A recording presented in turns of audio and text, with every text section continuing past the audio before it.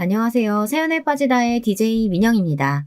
오늘도 첫 번째 사연 시작하기 전에 구독과 좋아요 눌러주시고요. 그럼 오늘의 사연도 함께 시작해 볼게요.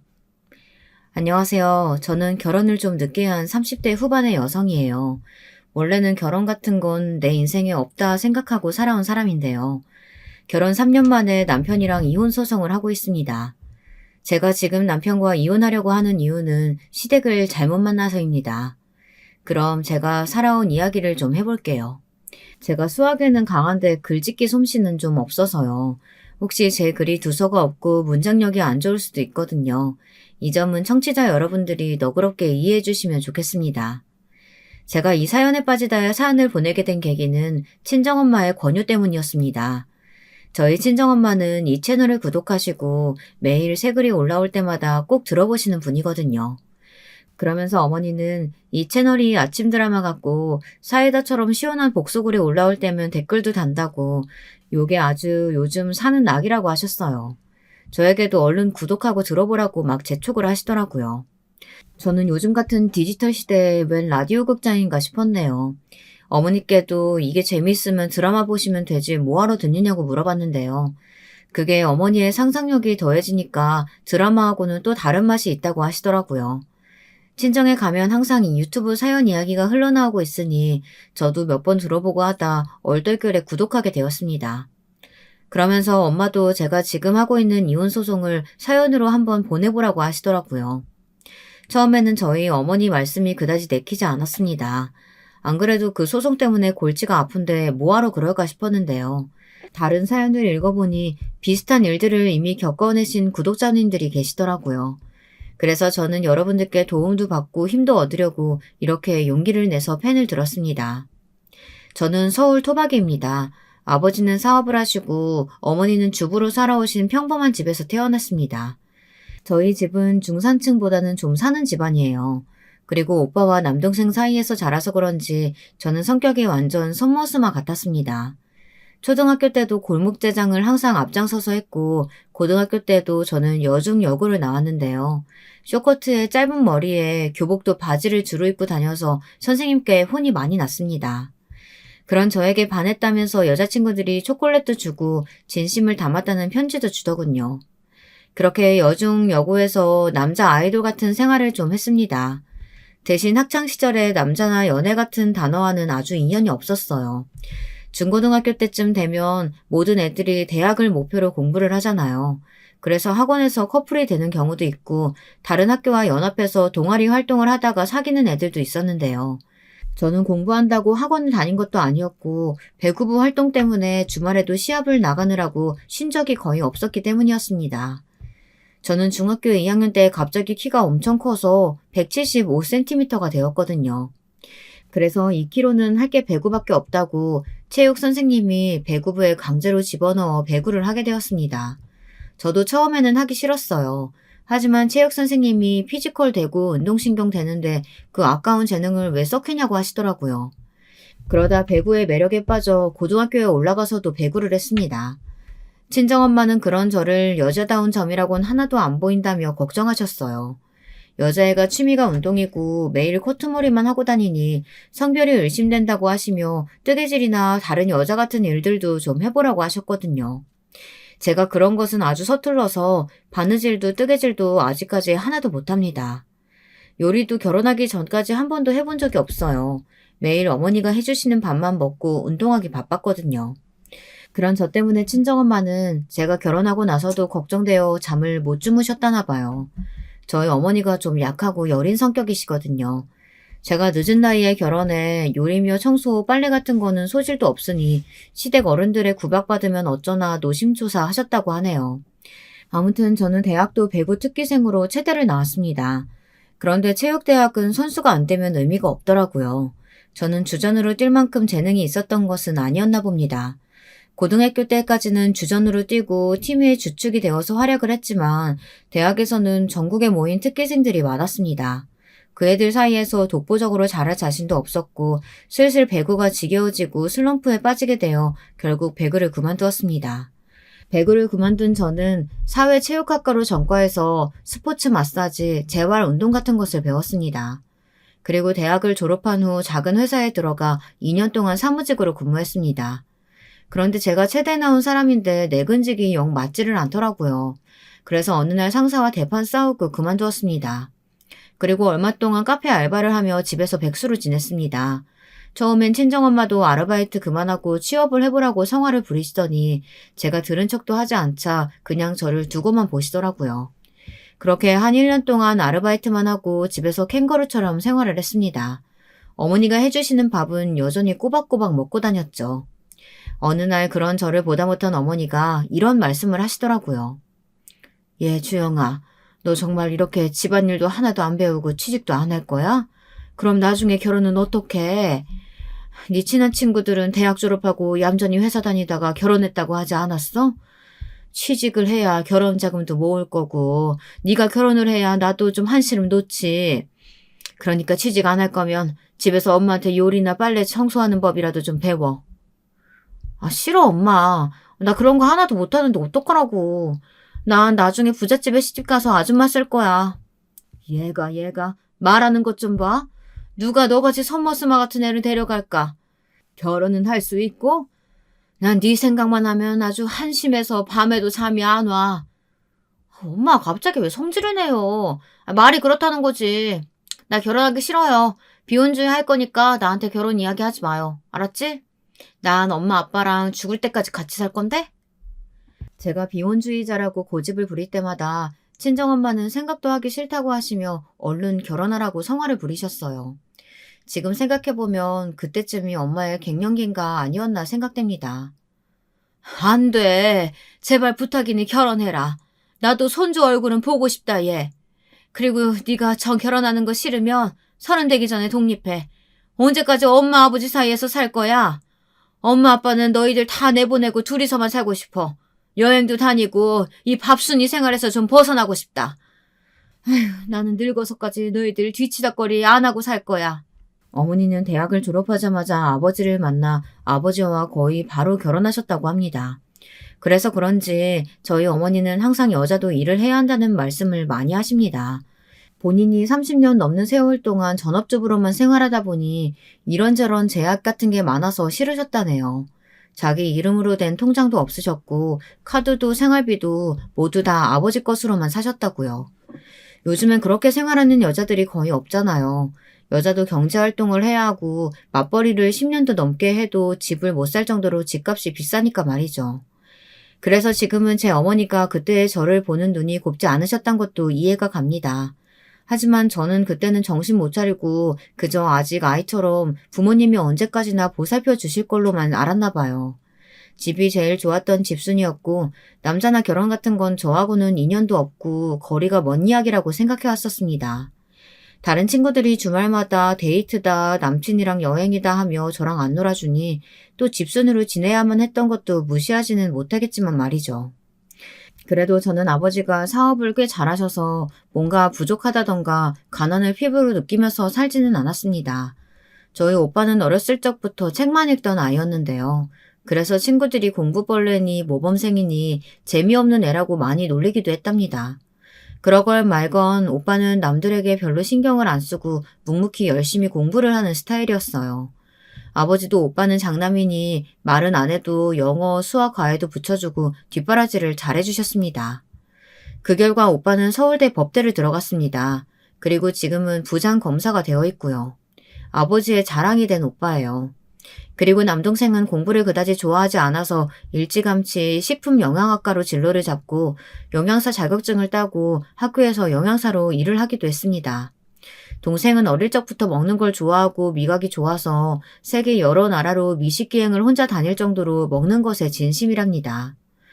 저희 부모님은 우리 3남매를 키우며 부족함 없이 키우기 위해 노력을 많이 하셨습니다. 지금도 그런 점은 부모님께 감사하고 있어요. 그런데 아버지는 제가 배구하겠다고 했을 때 유일하게 반대를 하셨습니다. 하지만 저는 그때 배구의 매력에 푹 빠져 있을 때여서 아버지의 반대는 그다지 신경 쓰지 않았습니다. 아버지는 자식 일이 정말 맘대로 안 된다면서 제가 여자애들에게 러브레터를 받아올 때마다 한숨을 푹푹 내쉬곤 하셨습니다. 이게 다 남자들이 쫓아다니는 거라면 얼마나 좋을 것이냐고 하시면서 말이에요. 주영아, 내가 너 체대 간다고 할 때 그렇게 반대했던 이유가 이거야. 체육하는 여자들 성격 드세지고 손도 매워가지고 남자가 안 따라온다니까? 여자에게 인기 있어봤자 무슨 소용 있냐? 우리 딸 어릴 땐 정말 여리여리하고 예뻤는데.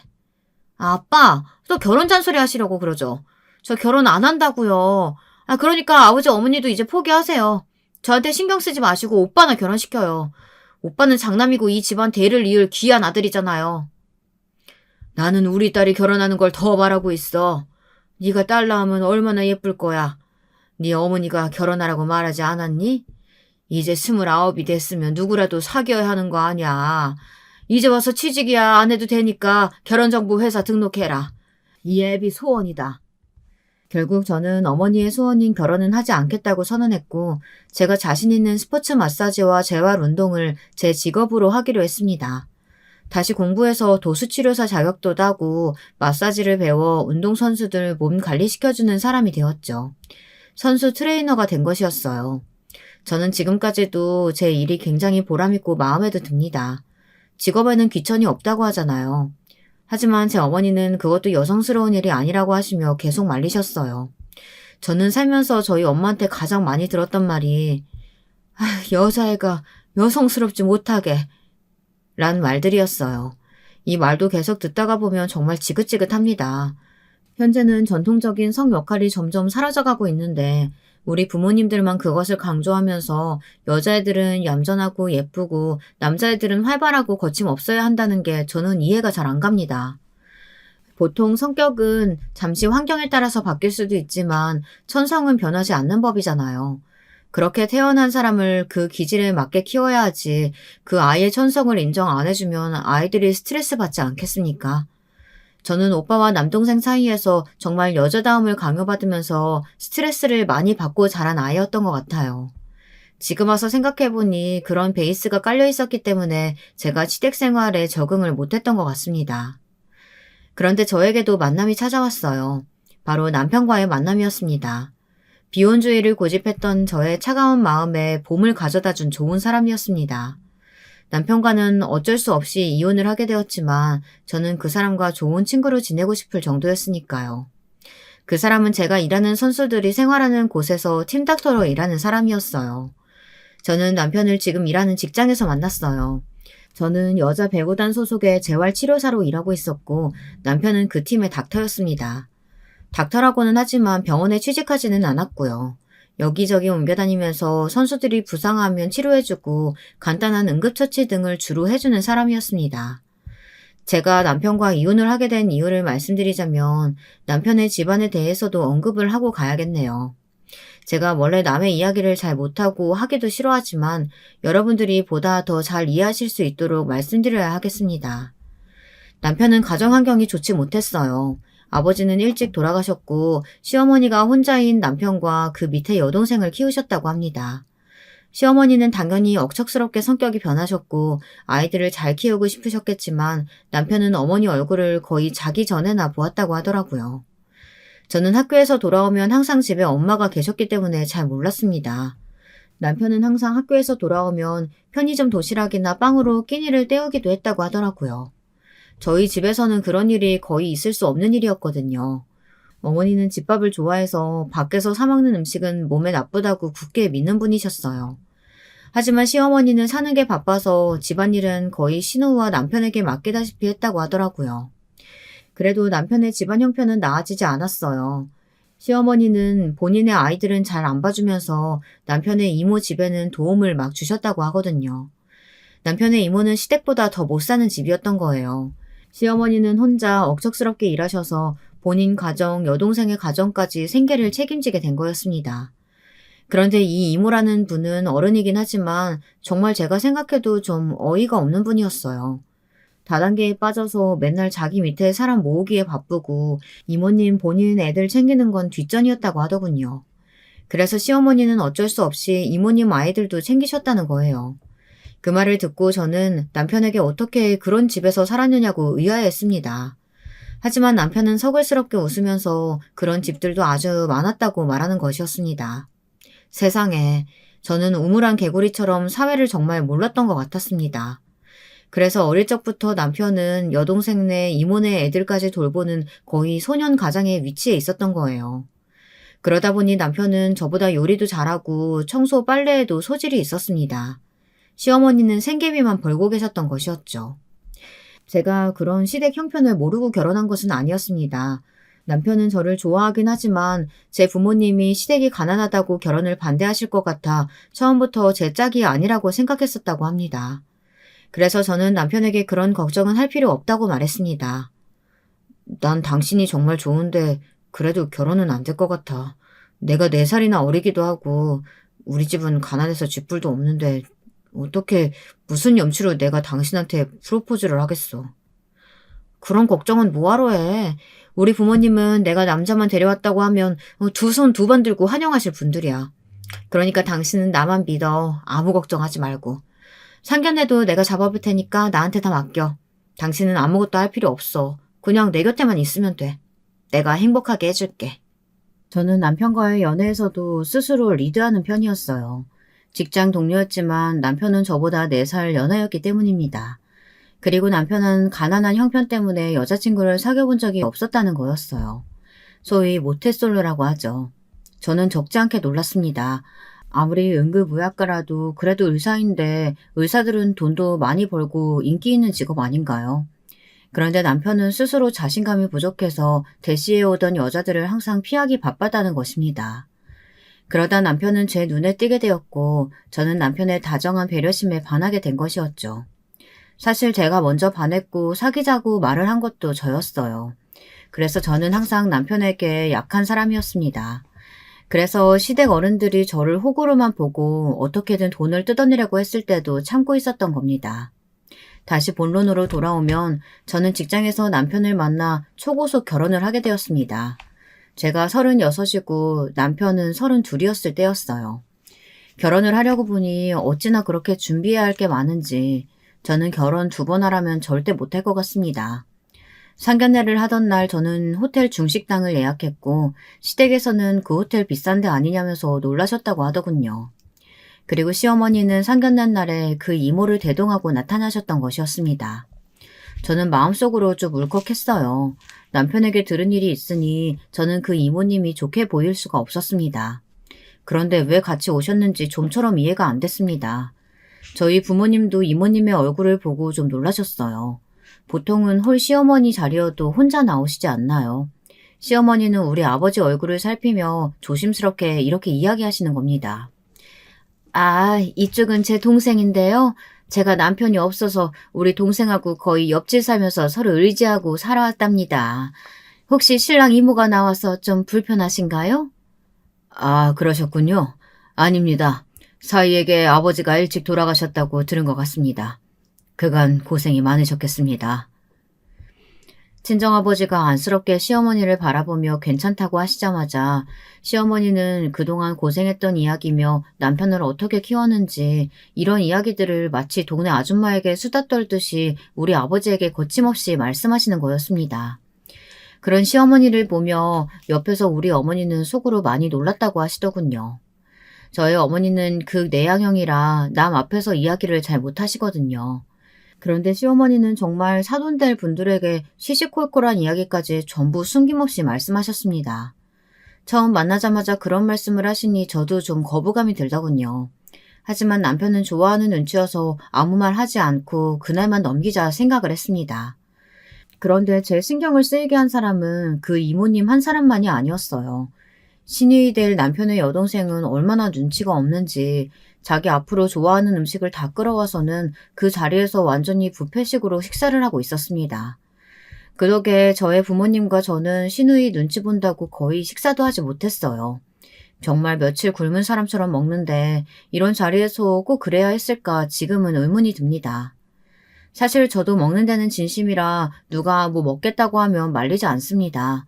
얼마나 좋아하는 음식이 많았으면 저랬을까 싶다가도 양가 인사하는 자리인데 한마디도 안 하고 먹을 것만 꾸역꾸역 밀어넣고 있는 미래의 시누이에게 그다지 좋은 인상은 못 받았습니다. 제 얼굴에 썩은 미소가 떠오르며 좀 불편해 보이자 남편은 시누이의 옆구리를 쿡 찔렀습니다. 그렇지만 시누이는 남편을 한번 힐끗 보기만 할 뿐 숟가락을 멈추지는 않았습니다. 왜 그래? 밥 먹는 사람한테 먹을 땐 개도 안 건드리는 소리 못 들어봤어? 야, 너 여기 밥 먹으러 왔어? 네 옳게 될 사람인데 그래도 궁금한 거 있으면 물어보고 가족들 사람한테 좀 잘 보이고 그래야 하는 거 아니야? 뭐래, 난 관심 없거든. 오빠 네가 결혼한다는 건 완전 땡큐지. 한데 난 올케 언니가 어떤 사람인지는 궁금하지도 않거든.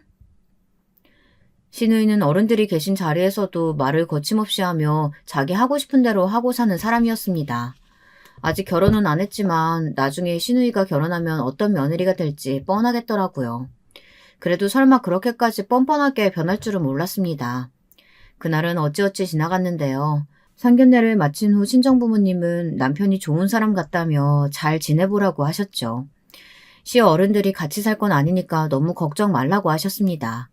특히 시어머니는 제가 비혼주의를 철회한다고 결혼하겠다고 한 것만 해도 다행이라고 하시면서 한숨 놓으셨다고 좋아하셨습니다. 결혼 준비도 남편과 제가 같이 할 수 없으니 어머니가 해주셨어요. 남편은 바쁘니까 혼수 가자는 제 손에 맡기겠다고 하고 어머니는 너무 좋아하셨습니다. 딸 결혼시킨다고 엄마랑 둘이 혼수를 보러 다니게 될 줄은 몰랐다고 하시면서요. 어머니의 그 말을 들으니까 저도 그때는 결혼은 내가 하는 건데 부모님이 좋을 수도 있구나 생각했어요. 부모님께 철없이 비혼을 고집하던 지난날이 좀 죄송스럽기도 했습니다. 그렇게 결혼은 일사천리로 이루어졌습니다. 신혼여행도 다녀왔고 시댁에도 인사를 갔었습니다. 그런데 시댁에서 저는 또 시어머니의 의외의 일면을 보게 되었습니다. 저희들이 시댁에 도착하자 시누이는 어딜 갔는지 집에도 없더라고요. 시댁에 가서 첫날 밤을 자고 친정으로 오라고 그래야 며느리의 도리라고 친정 부모님이 말씀하셔서 저는 시댁으로 먼저 갔죠. 하지만 시어머니는 집도 좁고 해줄 게 없다는 이유로 남편에게 이렇게 말씀하시는 거였습니다. 철아, 우리 집이 보다시피 좁잖니. 그러니까 이 시애미한테 인사나 그런 거 할 필요 없고 우리 집에서 잘 필요도 없다. 그러니 며느리네 친정 갔다가 그냥 너희 신혼집으로 가. 인사는 무슨, 그냥 차나 한잔 하고 가. 엄마, 그래도 이 사람 결혼하고 처음 인사드리라고 왔는데 밥은 좀 해주셔야 하는 거 아니에요? 시댁에 처음 인사드리러 온 며느리한테 왜 그렇게 박하세요? 엄마는 예전부터 너무 무심하고 자식들 일에 신경 안 쓰신다는 건 알았지만 며느리 밥 한 끼도 못 해줄 뿐인 건 정말 몰랐네요. 저 이제 어머니 댁 오기도 싫어요. 시어머니께서 이렇게 나오실 줄 몰랐다면서 남편은 기가 막혀하며 제 손을 끌고 그냥 친정집으로 갔습니다. 그런데 시어머니는 아들이 그렇게 가는데도 잡지도 않으시더라고요. 전 좀 이상했어요. 결혼은 좋게 시켜놓고서는 아들 며느리에게 이렇게 하실 수가 있나 싶더라고요. 그대로 친정으로 가니 저희 친정엄마는 사위 온다고 갈비에다 잡채에다 색색의 꼬치전, 생선전, 온갖 종류의 전들을 다 해놓으셨습니다. 평소에는 집밥으로 간단히 고기 반찬 하나에다 몇 가지 밑반찬만 놓고 드시는데 사위 신경 써서 잘해준다고 완전 명절날처럼 밥을 하신 거예요. 그 모습을 보자 저도 인간인지라 시어머니와 우리 친정엄마가 비교되면서 이런 생각이 들더라고요. 아, 내가 받은 게 푸대접인가 보네. 우리 시어머니 나한테 관심도 없으시구나 싶은 거예요. 그렇게 생각하니 좀 화가 나더라고요. 하지만 어쩌겠어요. 결혼 전에 시어머니한테 이쁨 받으려고 노력하지 않았던 제 탓인가 보다 생각하고 넘겼죠. 그런 걸 신경 쓰기에는 저도 너무 현실적이었거든요. 저는 남편만 있으면 된다고 생각했죠. 시댁에는 며느리 도리만 하러 가면 되고 친정 엄마에게 넘치는 사랑을 받으면 되니까 말이에요. 남편도 언제나 제 편이 되어줄 거라 생각했습니다. 그렇게 저의 결혼 생활은 좀 찝찝한 상태에서 시작했습니다. 남편과 저는 직장 동료니까 같이 출근을 했지만 퇴근하는 시간은 달랐어요. 그래서 저는 시도 때도 없이 나가야 하는 저보다 남편이 더 밥과 반찬은 잘하니 요리와 빨래를 맡아달라고 했습니다. 청소나 설거지 같은 건 제가 들어와서 하기로 했습니다. 남편도 크게 반대하지 않았고요. 제가 차 운전을 하고 남편과 같이 선수촌으로 출근했고 남편은 먼저 집에 가서 제가 돌아올 때 밥을 해서 기다리는 것이 일상이 되었어요. 저는 남편과 나름대로 깨가 쏟아지는 신혼생활을 했습니다. 시어머니가 무심한 건 어떤 면에선 좋기도 하더군요. 제가 결혼한 지 얼마 안 돼요. 시어머니와 있었던 일을 친구에게 하소연한 적이 한 번 있었거든요. 그랬더니 친구들이 이래라 저래라 간섭하고 구박하는 시어머니들이 얼마나 많은지 아냐고 그렇게 말하더라고요. 차라리 간섭 안 하고 저를 고생 안 시키는 게 나을지 모른다고요. 그러던 어느 날 저는 갑작스레 임신을 하게 되었습니다. 갑자기 밤냄새도 싫어지고 속이 울렁거리면서 헛구역질이 나는 거예요. 저는 그게 임신인지 몰랐는데 남편이 먼저 제 상태를 알아보았습니다. 남편은 의사였으니까요. 자기, 당신 임신했나 봐. 얼른 약국 가서 테스트킷 사올게. 좀 누워있어. 아니, 속이 안 좋은 걸 거야. 설마 이렇게 빨리 애가 생긴다고? 우리 결혼한 지 얼마 되지도 않았잖아. 사실 저는 아기를 그닥 좋아하진 않았어요. 남동생도 저랑 2살 차이밖에 안 나고 조카들도 없었거든요. 오빠보다 제가 먼저 결혼했고 말이죠. 계획에 없는 임신을 한 저는 좀 당황했지만 이 사실을 일단 시댁 친정 부모님들께 알렸습니다. 그랬더니 친정 부모님은 반응이 엄청 좋으신데 시어머니는 좀 시큰둥하신 거였어요.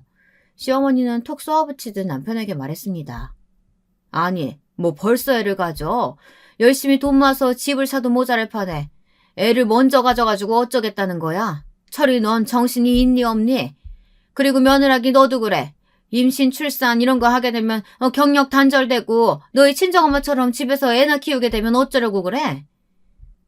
어머니, 전 그럴 생각 없어요. 남편이랑 둘이 키우는 거지 저 혼자 독박 육아할 생각 없어요.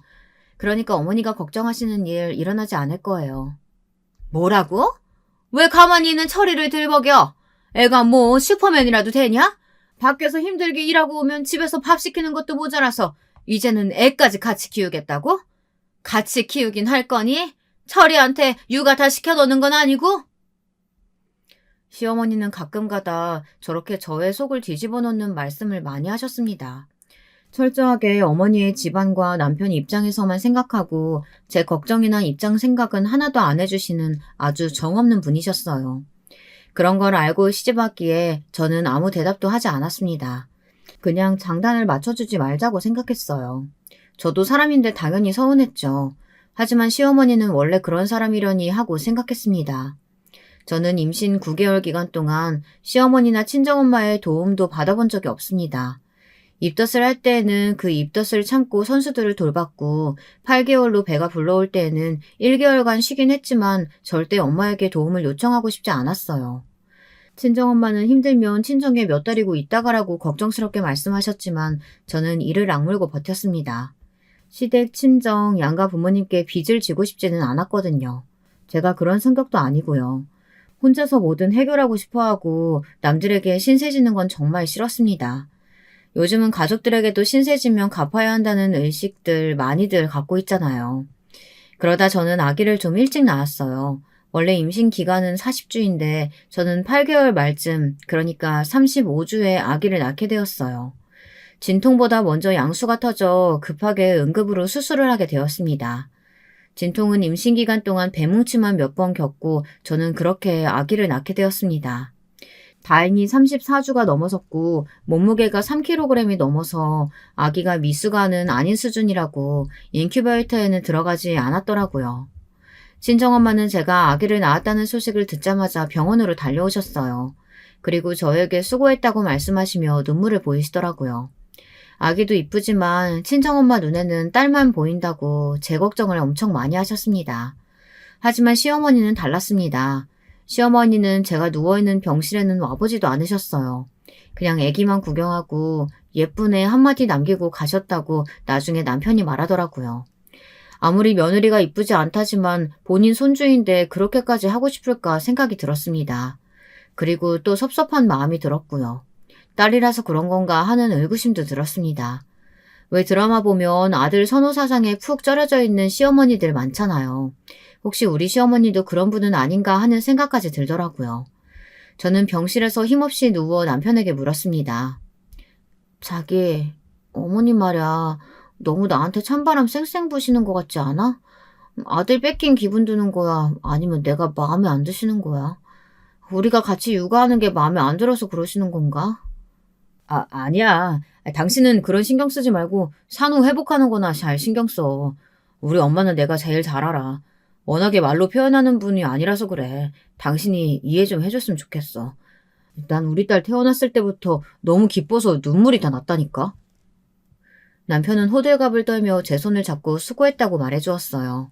그리고 꽃바구니도 병실에 장식해 주었고요. 남편은 아기가 생겼다는 기쁨에 들떠 있었습니다. 그리고 제 친정 부모님도 첫 손녀라 너무나 좋아하셨어요. 그래서 아버지는 제가 퇴원하고 첫 명절에 아기를 데리고 왔을 때 남편에게 뭐 필요한 거 없느냐는 식으로 물어보셨어요. 아이고, 우리 손녀딸 아주 예쁘구나, 이뻐. 내 친구들이 손자 손녀 자랑을 그렇게 할 때 뭔 소린지 몰랐는데 이렇게 태어나고 보니까 좋네. 자네 뭐든 필요한 거 있으면 말만 해. 내가 우리 딸 출산 선물로 뭐 새 차나 집 정도 사줄 수 있으니까. 아닙니다, 아버님. 저희들 작지만 전셋집도 있고 제 차도 아직 잘 굴러갑니다. 그러니 필요한 건 없어요. 이 사람이 저희 본가에서 받는 게 없는데 저만 받을 순 없잖아요. 그러니 괜찮습니다. 아니야. 우리 소녀가 예뻐서 자네 장인이 제안하는 거니까 사양하지 마라. 우리 딸, 너 집이 좀 좁으니까 불편하다고 하지 않았어? 애기 방 나중에 꾸며주고 싶은데 못하고 있다며. 전셋집이라 페인트도 못 칠한다고 말이야.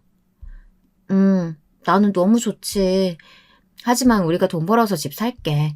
어머니 아버지께 집까지 신세지고 싶지 않아요. 저도 독립적인 성격이어서 부모님이 집을 해준다고 말씀하셨을 때 턱 바로 받지는 않았습니다. 하지만 아버지는 저에게 제가 어렵게 결혼했고 아기까지 낳은 걸 보니 감개가 무량하다면서 집을 해주시고 싶다고 고집을 부리시더라고요. 그래서 어쩔 수 없이 아버지께 집을 받았습니다. 강남에 있는 아파트 한 채였어요. 그 당시 돈으로 한 10억이 되는 아파트였던 것 같습니다. 아버지는 방 3개짜리는 당연히 되어야 한다며 이왕 집을 사는 건데 학군이 좋은 대치동으로 하자고 하셨습니다. 그래서 저는 아무것도 모르고 그냥 아버지가 사주시는 대로 하겠다고 말씀드렸죠. 남편은 이게 꿈인지 생신지 모르겠다며 너무나 좋아했습니다. 작은 것도 아니고 무려 강남의 아파트를 갖게 되다니 말이죠. 친정아버지는 처음엔 남편 명의로 사주시겠다고 했습니다. 그게 세금이며 혜택이 더 나으니까요. 하지만 남편은 부담스럽다고 하며 공동 명의로 집을 사겠다고 했습니다. 그렇게 저희는 전셋집 생활을 바로 청산했고 강남에 있는 아파트로 이사를 갔습니다. 이 소식은 시어머니 귀에 금방 들어가게 되었어요. 남편에게 그 말을 듣자마자 시어머니는 득달같이 저에게 전화를 하셨더라고요. 그리고 꼭 비꼬는 듯한 말투로 말씀하셨습니다. 예, 너희 친정에서 집 해주셨다면서? 아이고, 정말 너 땡 잡았다. 애 하나 낳았을 뿐인데 그것도 아들도 아니고. 너희 아버진 정말 돈도 많으신가 보다. 요즘 세상에 누구는 애 안 낳고 사나? 너네 친정 왜 그렇게 유난스럽니? 첫마디부터 저러시니 정말 저는 시어머니에게 대꾸하고 싶은 생각도 안 들었지만 그래도 가정교육도 못 받은 며느리라고 욕을 듣기 싫어서 한마디 해주었습니다. 네, 어머니. 제가 원래 비혼주의자였거든요. 그래서 저희 친정 부모님은 제가 결혼해서 애 낳은 것만으로도 칭찬받을 일이라고 하셔요. 그래서 사주신 거예요. 근데 왜 말씀을 그렇게 하세요? 어머니가 막말로 저희 집 사는데 돈 못 해주신 것도 아니고요. 뭐? 너 말을 그따위로밖에 못해? 너는 어떻게 시애미한테 따박따박 말대꾸만 하니? 아이고, 넌 처음부터 내 마음에 들지도 않더니 끝까지 이런 식이구나. 난 네가 애 낳고 아파트 받았다길래 부러워서 그랬던 거야. 아니, 부러우면 그렇다고 말씀을 하면 되지. 꼭 저렇게 비틀어서 이야기하실 건 뭐래요. 그래서 저는 더 들을 말도 없을 것 같고 기분이 나빠서 잘 지내라고 끝인사를 하고 전화를 끊어버렸습니다. 그랬더니 시어머니는 다시 전화를 하셔서 다짜고짜 소리를 지르시는 거예요. 야, 너 정말 이 시애미가 어른 같지 않지? 응? 통화하는 도중에 끊는 그런 버릇은 누구한테 배운 거야? 못돼 처먹은 거. 우리 철이가 착해서 그렇지. 아니면 너 같은 애랑은 결혼도 하지 않았어. 그 팀닥터인지 뭔지 그만두고 병원장 딸이랑 결혼했어야 하는데. 아휴, 우리 아들 너 때문에 앞길 막힌 거다. 여러분은 우리 시어머니 같은 사람이 이해가 되시나요? 저는 왜 제가 그런 말을 그것도 시어머니에게 들어야 되는 건지 모르겠더라고요. 그래서 더 이상 시어머니와 말하기 싫다고 하고 전화를 끊고 나서 시어머니를 차단시켰습니다. 그리고 육아휴직 중에 있던 남편에게 시어머니가 이런 말씀을 하셨다고 어이가 없다고 불평을 했습니다. 그랬더니 남편은 그저 시어머니가 힘들어서 그렇다고 신경 쓰지 말라는 말만 하더라고요. 그런데 시어머니의 말을 며느리가 돼서 어떻게 신경을 안 쓰고 살겠습니까? 그것도 저렇게 아픈 데를 찌르는 날카로운 말들을 하시는데요. 그런데 그 전화 통화를 하고 며칠이 안 되어서 저는 또 황당하고 어이없는 전화를 받았습니다. 누구에게 받았느냐고요? 바로 그 문제의 시 이모님이었어요. 게다가 그 시 이모님이 저희가 아파트에 이사한 후에 전화하신 것도 마음에 걸렸습니다. 이모님은 저에게 좋은 약이 있는데 사지 않겠느냐고 하시는 거예요. 저는 뭔가 속을 것 같은 느낌에 일단 거절을 하긴 했습니다. 먹고 있는 영양제가 많다고요. 그런데 시 이모님은 그 약이 그냥 영양제가 아니고 산후 회복도 돕고 스스로 몸이 튼튼하게 해주는 좋은 명약이니 뭐니 그런 이상한 이야기를 하시는 거예요. 그러면서 끈질기게 권유를 하시는 거였어요. 얼마 후에 리더 모임이 있다면서 자기한테 회사 사람들 소개까지 해달라고 대놓고 부탁을 하시더라고요. 저는 시 이모님의 말씀이 좋게 들리지 않았습니다. 다단계를 하시다가 쫄딱 망했다고, 그래서 어머니가 생계비까지 줘가며 돌보고 있다는 시 이모님의 말을 어떻게 믿겠어요. 그래서 애둘러 거절을 했습니다. 이모님 말씀은 정말 감사한데 저 이제 안 아파요. 원래 몸이 좀 튼튼하기도 했고 수술 한 번 했다고 여기저기 막 아픈 건 아니니까요. 아프면 병원에 갈게요. 아니, 내가 너 생각해서 해준 말인데 그렇게 고깝게 들을 건 뭐냐? 우리 언니한테 얘기 들었는데 너 정말 되바라진 애였어. 시댁에 시집왔으면 어른들 말씀을 고분고분하게 들을 줄을 알아야지. 제가 제대로 된 말씀이면 듣겠는데요. 약을 팔려고 하시는 거면 안 들으려는 거예요. 아프면 병원에 가던가 그때 약 사 먹을 테니 저한테 그런 강요 안 하셨으면 좋겠어요.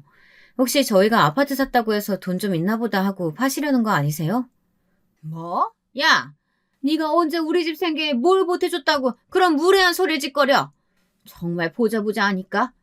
됐어. 나는 좋은 약이라고 소개해주려고 한 건데 그만 끊자. 이모님 역시 화난 상태로 전화를 끊으셨어요. 저는 그때 좀 시댁이 가난한 게 보통 일은 아니구나 생각이 들어 피부로 와닿았습니다. 왜 남편이 저에게 프로포즈를 망설였는지, 그리고 시댁 일이라면 치를 떨고 안 가려고 했었는지 말이에요. 시어머니와 시이모님에게 대이고 착취를 당하면서 남편은 정말로 지긋지긋했던 것 같습니다. 저는 그런 남편에게 이젠 정말 신경 쓰지 말자고 우리끼리 잘 살면 된다고 위로를 해주었어요. 그 사건은 그냥 그렇게 넘어가는 것 같았습니다.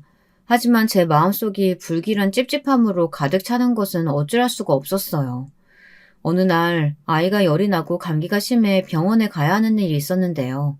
그래서 남편이 월차를 내고 아이를 돌보고 저는 출근을 해야 해 나갔던 일이 있었습니다. 웬만하면 제가 가고 싶었지만 회사에서 출장을 가라고 해서 지방에 가서 선수들을 봐줘야 하는 일이 생겼거든요. 남편은 그때 자기가 나서서 애 데리고 병원을 가겠다고 하더군요. 저는 남편에게 고맙다고 하고 지방으로 마음 놓고 출장을 갔습니다. 그런데 저녁 늦게 돌아와서 보니 시어머니가 떡하니 저희 집 안방을 차지하고 계시는 것이었어요. 그것도 시누이까지 데리고 말이에요. 저는 평소 저희 집에 오시지도 않는 분이 왜 이러고 계신지 몰라 남편에게 눈짓을 했습니다. 그랬더니 남편이 우물쭈물 제 눈을 피하는 거예요. 그 대신 시어머니가 저에게 말씀을 하시는 거였습니다. 너는 아픈 아기를 우리 아들한테 맡겨놓고 어딜 가니? 네가 엄마가 맡기는 맞아? 어떻게 애 병원 가는데 남편한테 맡기고 앉았어? 아니 어머니 그 얘기가 아니잖아요.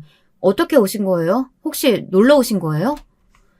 그런데 어머니는 놀러 오신 것이 아니었습니다. 큰 캐리어를 2개나 끌고 신우도 데리고 오셨더라고요. 신우이는 볼이 볼록해서 저에게 불평을 해대는 것이었습니다. 집에 먹을 게 하나도 없다면서 도대체 밥은 하고 다니는 거냐고 말이죠. 저는 정말 분하고 화가 났어요. 힘들게 일하고 밤 늦게 들어왔는데 평소 같으면 남편이 딸을 케어하고 재웠던지 같이 잠들어 있을 거라고 생각했거든요. 그런데 이런 날벼락 같은 일이 일어나다니 무슨 일이랍니까? 저는 남편을 다른 방으로 급하게 불렀습니다. 그동안 자초지종을 묻자 남편은 미안한 표정을 지으며 저에게 변명을 하기 시작했습니다. 그런데 그 변명이란 게 저로선 정말 이해하기 힘든 것이었어요. 미안해. 어머니가 우리 신혼집 구경하러 오시겠다고 해서 난 아무 생각 없이 비밀번호 알려드렸어. 나도 어머니가 내 동생까지 데리고 살러 오실 줄은 몰랐지. 딸이 아프다고 다음에 오시라고 해도 막무가내여가지고 말릴 수가 없었어. 정말 미안해. 아니 아무리 그래도 그렇지 저렇게 짐까지 싸들고 오시면 어떡해. 그걸 알면서도 그냥 집으로 들여보낸 거야? 딱 봐도 무대뽀로 쳐들어오신 거잖아. 당신은 그런 거 화도 안 나? 시어머니는 안방에 있다가 우리 부부가 다투는 소리가 들리자 작은 방 방문을 쾅쾅 두들기며 소리를 질렀습니다. 야, 이 문 안 열어? 니네끼리 무슨 소리를 속닥속닥거리는 거야? 오호라, 내가 짐 싸들고 너희 집에 와서 기분 나쁘시다? 나도 강남 아파트 한번 살아보고 싶었다. 그러니까 이제 같이 사는 거지 뭐. 마침 이번 집 계약도 끝났겠다. 좀 있으면 이사 나가야 되는데 너희 집이 살기 좋아 보이더라. 저는 화가 나서 안방문을 박차고 나갔습니다. 그랬더니 시어머니는 팔짱을 끼고 의기양양하게 서 계시는 거예요. 도대체 어머니가 이러시는 이유를 알 수가 없었습니다. 물론 각자 합의하에 제가 허락을 하면 같이 살 수도 있고 다음 이사를 하실 때까지 잠시 거처하신다면 저도 이해해 줄 수 있어요. 하지만 시어머니는 마치 당연히 자기 집 오듯 행동하고 신우이란 사람은 저한테 밥 맡겨놓은 사람처럼 구니 화가 안 날 수가 없잖아요. 저는 시어머니께 얼른 나가시라고 정말 도둑처럼 이렇게 막무가내로 오시지 말고 먼저 상의를 했어야 하는 거라고 말씀드렸습니다. 그랬더니 시어머니는 갑자기 울면서 쇼를 하시는 거예요. 아이고, 우리 아들이 집에서 얼마나 권위가 없으면 며느리가 이렇게 기세등등하게 날 내쫓으려고 하니. 이 집이 우리 아들 명의라며 아무리 친정아버지가 사줬어도 엄연히 네 남편은 이 집에 대한 권리가 있어. 엄마, 그런 말이 어딨어요. 이 집 공동명의예요. 우리는 부부지만 동등한 위치에서 각자 생활하고 수입도 생활비 반씩 된다고요. 그러니 얼른 나가세요. 제가 나중에 월세방 보증금 정도는 드린다니까요. 남편의 말에 시어머니는 더 꺼이꺼이 울면서 완전 헐리우드 배우 뺨치게 연기를 잘하시더라고요. 저는 너무 어이가 없어 이 모습을 멍청하게 바라보고 있었어요. 그러다 아무래도 친정에 알리는 게 낫겠다 생각이 들더라고요. 아무리 남편이 저에게 잘해준다고 하더라도 이런 무대뽀 시누이와 시어머니 그리고 이모까지 세트로 괴롭히니 도저히 못 살겠다 생각이 들었습니다. 저는 시어머니와 시누이를 다시 시댁으로 쫓아보냈습니다. 좋은 말로 해서 안 들으면 어쩔 수 없이 힘으로 하는 수밖에 없죠. 시어머니는 안 끌려 나가려고 안간힘을 쓰셨지만 제 힘이 굉장하거든요. 운동을 했으니까요. 시누이는 옆에서 제 바지가랑이를 붙들고 매달리며 안 나가려고 난리를 치더군요. 앞까지 바락바락 썼습니다. 아니, 왜 우리 엄마한테 이래? 진짜 너 시어머니 우습게 보니? 말 잘했어. 시누이라고 처음부터 내가 오든 말든 소 닭 보듯 한 년이 니는 엄마 괴롭힌다고 매달리긴 왜 매달려? 저는 시누이를 발로 차서 집 밖으로 떨어뜨리고는 현관문을 쾅 닫아버렸어요. 그리고 시어머니가 소리 지르며 문 열라고 쾅쾅대든 말든 무시해버렸습니다. 그랬더니 남편이 집안에서 안절부절 왔다 갔다 하며 저에게 애원을 하더라고요. 자기야, 내가 진짜 면목이 없는데 그래도 1년이라도 한번 같이 살아보면 안 될까? 물론 우리 어머니 방식이 너무 괴이한 거 당신 이해 못하는 거 잘 알아. 하지만 조금만 양보해서 한 1년 정도만, 어? 아니, 이건 방식이 틀렸어. 난 절대 그럴 수 없어. 앞으로 당신이 시어머니 시누이 편 든다면 난 이혼할 거야. 그러니까 선택해. 나와 우리 딸인지 시댁 식구들인지. 남편은 울면서 아무 결정을 못하겠다고 하더라고요. 결국 저희들은 이혼 숙려 기간을 가졌습니다. 친정에서는 제가 당한 일들을 이야기하니 화를 내시면서 엄마 아버지가 다 펄쩍 뛰셨습니다. 시어머니의 행위가 정말 이해할 수 없는 일인 것이고 시이모도 뭔지도 모를 약을 막 팔려고 하는 걸 보니 그 집안은 글렀다면서 마음 굳게 먹고 이혼까지 가자고 하더군요. 여기까지가 제 이혼 사건의 전말이었습니다. 그 후로 남편하고 한두 번 만났는데 남편은 자기가 나가겠다고 하더라고요. 어디서 지내느냐 물었더니 시댁에 돌아갔다 시어머니가 시이모와 함께 그 좁은 집에서 복닥거리는 걸 보고 결국 보증금을 해주고 자기는 회사 근처에 오피스텔을 얻었다고 하더라고요. 저는 집을 일단 팔고 그 돈의 반을 주겠다고 했어요. 남편이 잘못한 건 시어머니를 끊어내지 못한 것뿐이니 불쌍하더라고요. 그래서 공동 명의였던 집을 팔아서 남편에게 위자료를 줬습니다. 남편은 극구 사양하고 미안하다고 계속 되풀이했지만 저는 그 사람에게는 악감정이 없는걸요. 시어머니와 시누이의 만행 때문에 이혼한 것뿐이죠. 그렇게 잘 짧은 결혼 생활은 끝이 났습니다. 하지만 저는 우리 딸을 얻었으니 상관없습니다. 친정 부모님이 제 딸을 키워주시겠다고 계속 일을 하라고 하셔서 저는 친정에 다시 들어갔어요. 여러분, 제 이야기 어떻게 들으셨는지 궁금하네요. 저는 그저 좀 더 시어머니가 저에게 잘해주고 소통을 해줬다면 이렇게 냉정하진 않았을 거라고 생각합니다. 하지만 제 시어머니는 그런 사람이 아니었습니다. 그래서 심사숙고한 끝에 이혼을 선택했어요. 남편과 남이 된 것은 정말 안타까운 일이지만 그런 시댁 식구들 사이에 살다간 저는 정신병에 걸릴 것 같았어요. 제가 살기 위해 탈질했다고 할까요? 무조건 저희가 집 샀다니까 쳐들어와서 자기 집처럼 행동하는 무대부 시어머니를 어떻게 이해하고 살아야 할지 캄캄했으니 말이죠. 여러분, 긴 글 읽어주셔서 감사합니다. 저는 이제 다신 결혼하지 않을 것 같아요. 그냥 우리 딸만 잘 키우고 살려고 합니다. 부모님께 지금은 잠시 의탁하고 있긴 하지만 아이가 크는 대로 이사를 가려고 합니다. 제 사연은 여기서 마칠게요. 감사합니다. 안녕하세요. 제가 유튜브를 즐겨 이용하는데 사연 영상들이 있는 것을 원래 모르고 살았었거든요. 어느 날 다른 걸 검색하려다가 잘못해서 사연 영상들을 보게 됐는데 세상에 이게 너무 재밌는 겁니다. 그 후로 한 번씩 찾아봤다가 이제는 아예 구독해놓고 푹 빠져있는 정도가 됐어요. 저도 사연 신청에 도전해볼까 싶어서 혼자 고민을 많이 했었건만 막상 해보겠노라고 마음을 먹고 나서 컴퓨터 앞에 앉으니까 부담감은 사라지고 의욕만 생겨서 신기하네요. 여러분은 유튜브를 왜 이용하세요?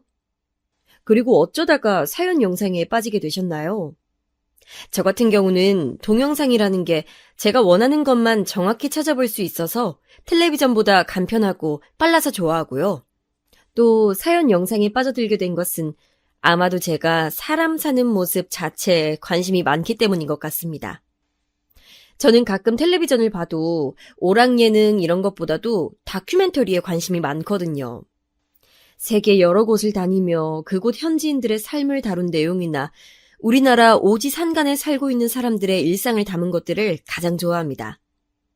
원체 이런 성향이다 보니까 사연자가 자기의 에피소드를 털어놓는 사연 영상들을 보면서 즐거움을 느꼈나 봐요. 그리고 사실 제가 어렸을 때 많이 외롭게 자랐어요. 저는 아무렇지 않다고 스스로 생각하면서 지내왔지만 제 안에는 어떤 애정 결핍이라든지 사람들과 어우러져 살면서 그들 안에 소속되고 싶다는 갈망 같은 게 자꾸만 남아있는 것 같습니다. 그래서 혼자 있는 걸 별로 안 좋아해요. 혼자 있어도 휴대폰으로 뭘 자꾸만 틀어놔야 하고 보지 않아도 텔레비전을 켜놓습니다. 사회생활을 하다 보니까 저도 피곤하고 지칠 때가 많기 때문에 혼자 고요한 시간을 보내고 싶으면서도 동시에 혼자 외로이 있고 싶지 않은 그런 이율배반적인 기분을 자주 느끼는 사람이 바로 저예요. 아직은 30대이기 때문에 이런 건지, 그렇다면 더 나이가 들면 외로움에 무뎌질지 이런 것들이 궁금한 요즘입니다. 인생 선배님들께서 이런 저에게 혹시 조언을 주실 수 있다면 감사할 것 같네요. 저는 세 자매의 둘째로 태어났어요. 딸만 셋인 집인데 제가 어떻게 외로울 새가 있었냐고요? 다 사정이 있었답니다. 원래 저희 집은 부유한 편이었다고 해요. 제가 하도 어렸을 때라서 기억은 못하는데 부모님의 얘기를 들어보거나 저의 어렸을 적 사진을 보자면 확실히 유복한 환경이었던 것을 알 수가 있습니다. 그런데 제가 6살 때 일이었어요. 이때 저희 언니는 8살이었고 동생은 5살이었습니다. 우리 삼촌이 그럴 리가 없어. 얼마나 진실된 사람인데 설마 우리의 등에 비수를 꽂고 도망갔으리라고? 이건 말도 안 돼. 나 도저히 믿을 수가 없어. 당신 정신 차리고 현실을 봐. 이미 일어난 일이야. 우린 지금 망한 거라고. 우리 재산 다 날린 거 지금 이렇게 눈으로 다 보고 나서도 부정할 거야? 어떻게 사람이 그럴 수가 있냐고. 우리가 얼마나 자기를 믿었는데 그런 우리를 이렇게 배신할 수가 있어? 여보, 난 이제 못 살 것 같아. 환멸이 나서 못 살겠다고. 우리 애들 앞으로 어떡해? 죄 없는 우리 애들. 아무것도 모르는 애들이 재산 다 날리고 빚더미에 앉은 집안에서 커갈 거 생각하면 나 지금 벌써부터 숨이 막혀와, 여보. 나는 자신 없어. 삼촌이라고 불렸던 먼 친척분에게 부모님은 처절한 배신을 당하셨어요. 그분만 믿고 보증을 섰다가 날린 돈이며 억울하게 뜯긴 돈까지 상황의 참담함이 이루 말할 수 없을 정도였습니다. 저는 그때 제가 상황을 파악할 수 없을 정도로 어렵기에 망정이라고 해야 하는 건지 아니면 부모님께 위로 한마디 건넬 수 없었던 어린아이였던 것을 원망해야 하는 건지를 두고 많이 고민했었던 것 같네요. 저희 집은 원래 엄청 넓은 보금자리에서 살고 있었는데 그 사건으로 재산을 잃고 빚은 얻은 채 그 넓은 집을 포기해야 했으며 자그마한 구옥으로 거처를 옮겼습니다.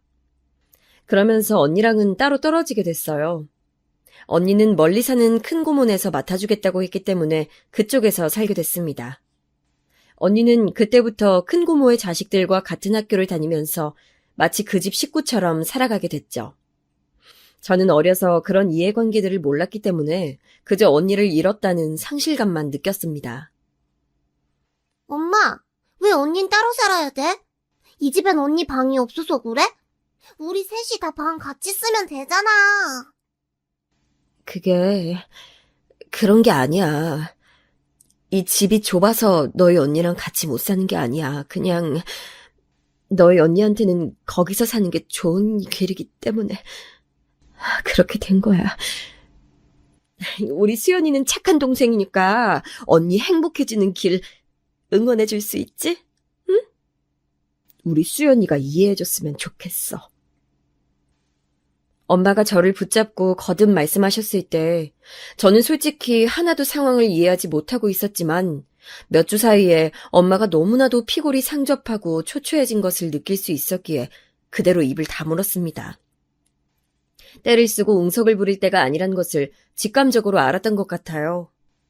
하지만 제 동생은 달랐어요. 난데없이 바뀐 열악한 환경에 불만을 품었고 도무지 적응을 하지 못하면서 부모님과 저에게 매일같이 소리를 지르고 때를 쓰고 난리였던 것으로 기억을 합니다. 나 이런 거 말고 불고기 먹고 싶단 말이야.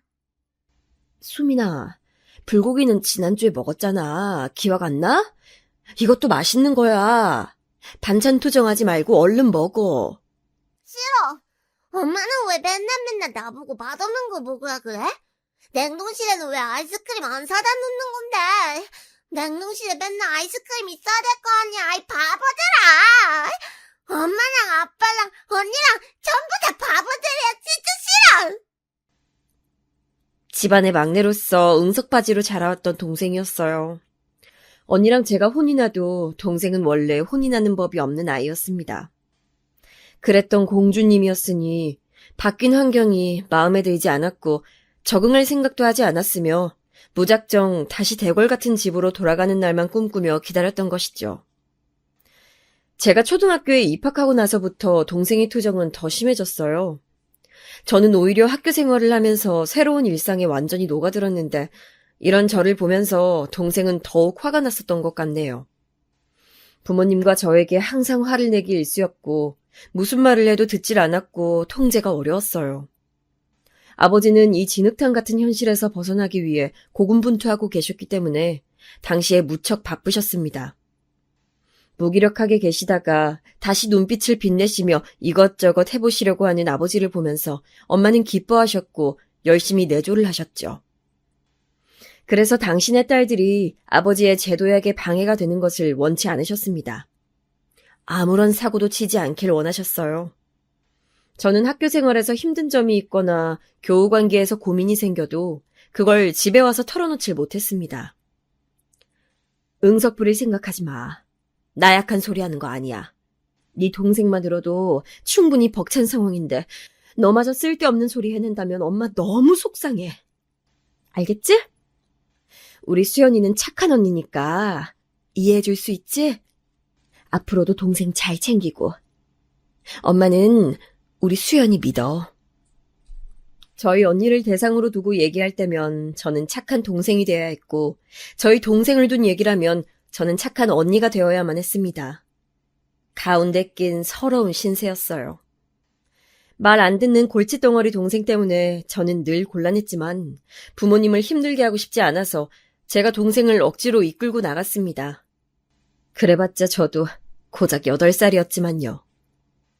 동생도 학교에 입학한다면 자기 생활을 꾸려나갈 테니까 상황이 훨씬 나아질 거라고 믿었던 것 같아요. 하지만 그런 미래는 오지 않았습니다. 동생은 7살 나이에 그 추운 연말에 어느 아파트 놀이터에서 머리를 잘못 박은 바람에 병원으로 실려갔어요. 추운 겨울이었기 때문에 더 타격이 컸지 않았나.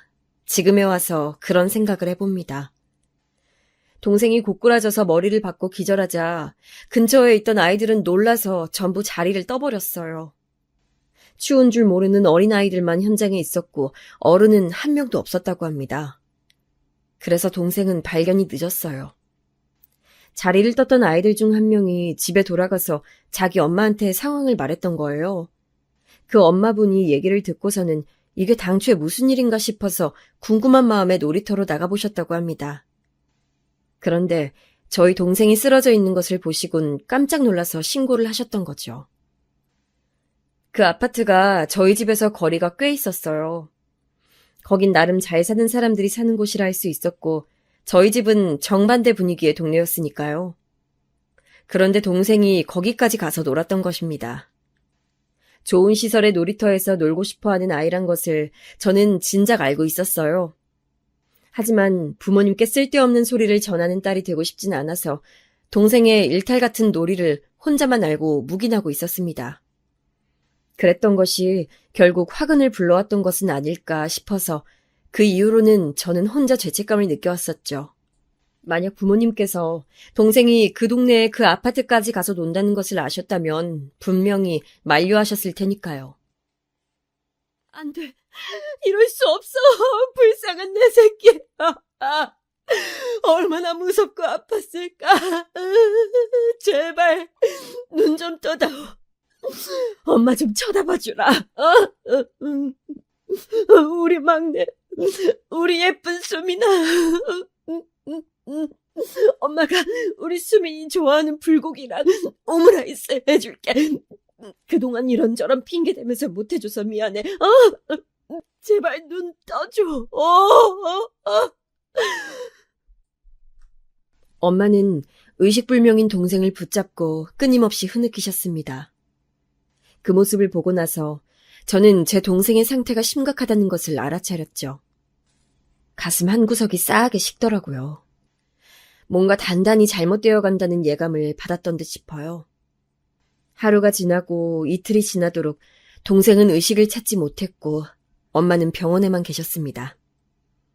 아버지는 집에 오셔서도 저한테 말 한마디를 안 건네셨죠. 그 상황에서 저는 묵묵하게 집안일을 하고 아버지의 끼니를 챙겨드렸습니다. 새해를 앞두고 동생은 끝내 세상을 떠났어요. 8살이 되어보지 못했고 학교에 들어가 보지도 못한 짧은 생이었습니다. 너무나도 허무한 일이었고 그래서 믿어지지가 않았습니다. 따로 떨어져 살고 있었건만 언니는 저보다도 동생의 죽음 앞에서 더 많은 눈물을 흘리더라고요.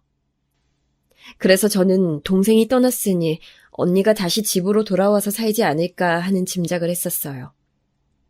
그러나 언니는 계속 큰 고문에서 살겠다고 했습니다. 거기서 살면서 다니고 있는 학교에 너무 많은 정이 들어버렸다는 것이 당시의 이유였지만 나중에 알고 보니까 동생이 떠나고 나서 도저히 저희 집의 상황이 언니를 받아줄 여력이 되지 않았기 때문에 그런 것이었어요. 엄마는 마치 폐인처럼 일상을 놓아버리셨고 아버지는 하루 종일 바깥일에만 매달리셨습니다. 저는 찍소리도 못하고 그 집에서 저 혼자 스스로를 챙기면서 그렇게 살았어요. 살얼음판 위라도 그것보단 나았을 것입니다. 아버지의 눈치를 보면서 엄마의 비위를 맞추면서 매일매일을 긴장 속에 살았던 것이 바로 저의 유년 시절이었어요. 저도 차라리 언니처럼 다른 친척 집에 가서 살면 어떨까 싶은 생각을 했었습니다. 아니면 저도 아예 그 존재를 몰랐던 숨겨진 부자 친척이 어느 날 갑자기 나타나서 저를 키우겠다며 데려가는 상상. 그런 걸 자주 했었던 것 같아요. 그럴 때면 현실을 벗어날 수 있었기에 행복했죠. 자꾸 상상 속에서만 행복해져 갔던 저는 현실에서 만족하지 못하게 됐습니다. 학교에서는 계속해서 의기소침한 아이가 되어갔고요. 매사에 자신감도 떨어지게 됐어요. 나중에는 점점 내성적인 성격으로 되어가더라고요. 환경이 사람을 만든다는 말이 괜히 나온 게 아닌가 봐요. 제가 정말로 그랬었으니까요. 제가 중학교 입학을 목전에 앞뒀을 무렵 저희 집은 급변을 맞이하게 됩니다.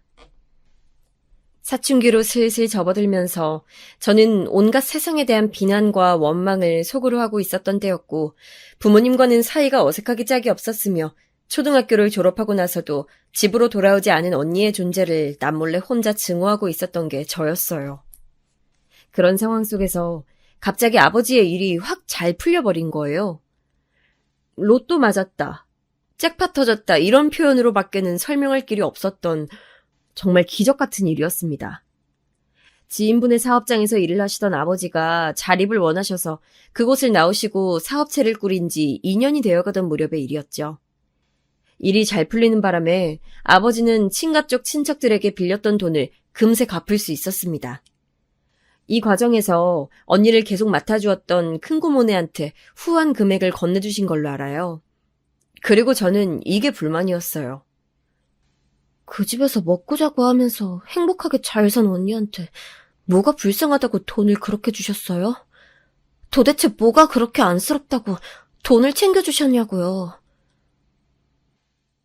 뭐라고? 네가 아직 물정을 몰라서 그렇구나. 애 하나 걷어서 돌보는 게 얼마나 신경 쓰이고 힘든 일인데 들어간 돈만 순수하게 따져도 결코 적지 않을 금액일 텐데 그걸 갚지 않는 건 말이 안 되지. 너는 네 언니한테 그렇게 불만이 많은 거야?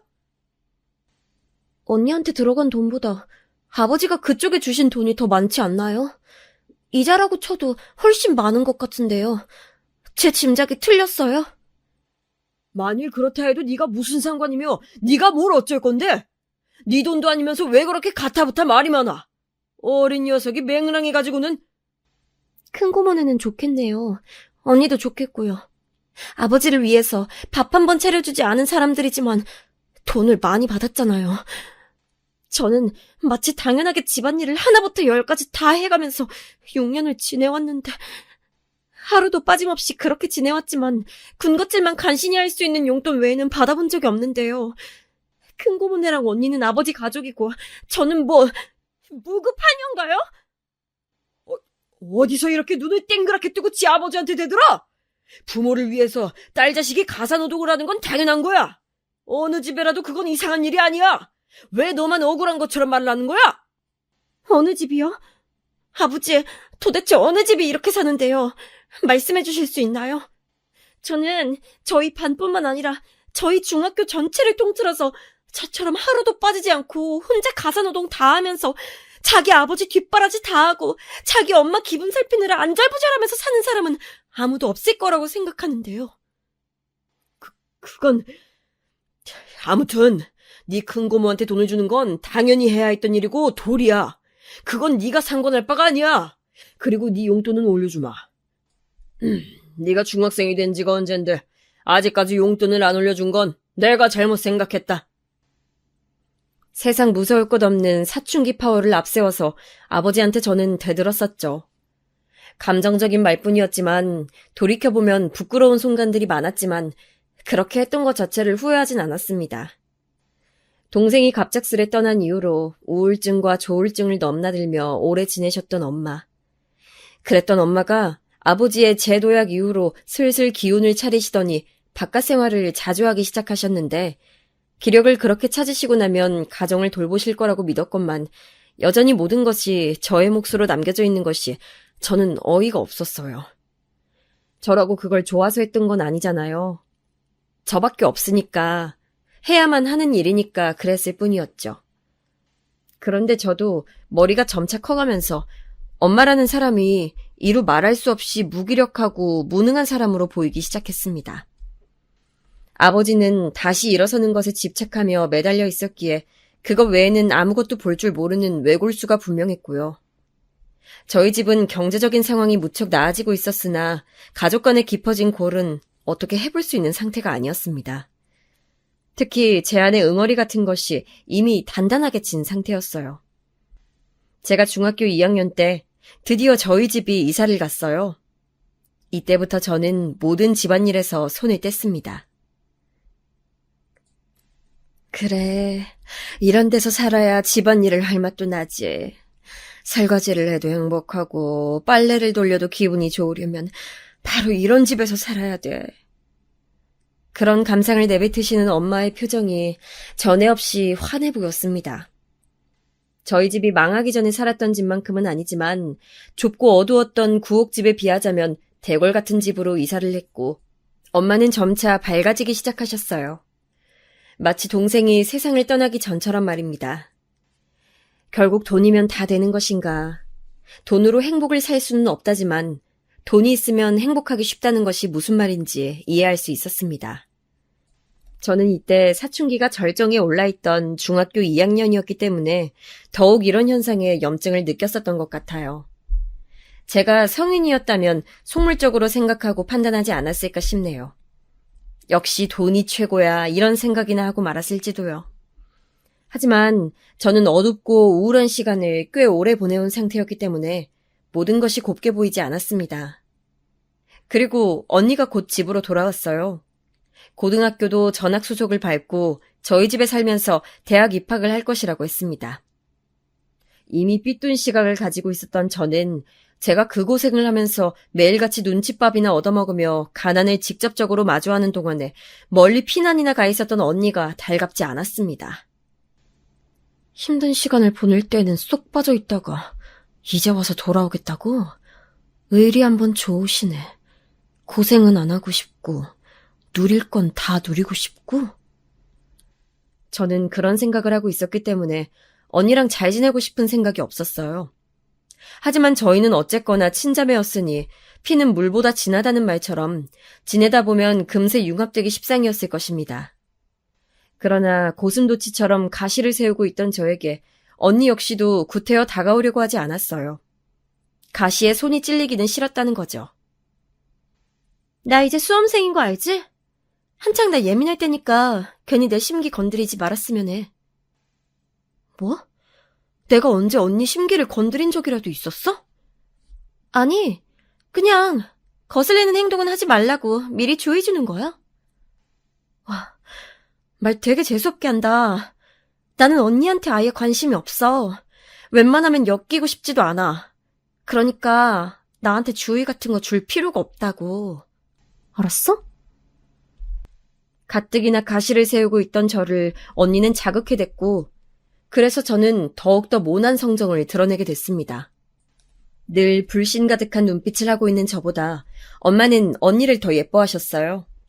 엄마는 그런 적 없다고 말씀하셨지만 아니요, 그건 분명한 사실이었습니다. 저는 그 이유도 알 수 있었어요. 동생이 떠난 이후로 너무나도 무력하게 사셨던 엄마. 그 모습을 가장 가까이에서 지켜봐오며 그런 엄마 때문에 피해를 입어야 했던 사람이 바로 저였으니까요. 엄마는 당신의 보기 싫었던 과거를 너무나도 잘 알고 있는 저보다는 그때를 모르는 언니가 더 편하셨던 겁니다. 엄마에게 저는 어딘가 대학이 껄끄러운 딸이 되어 있었죠.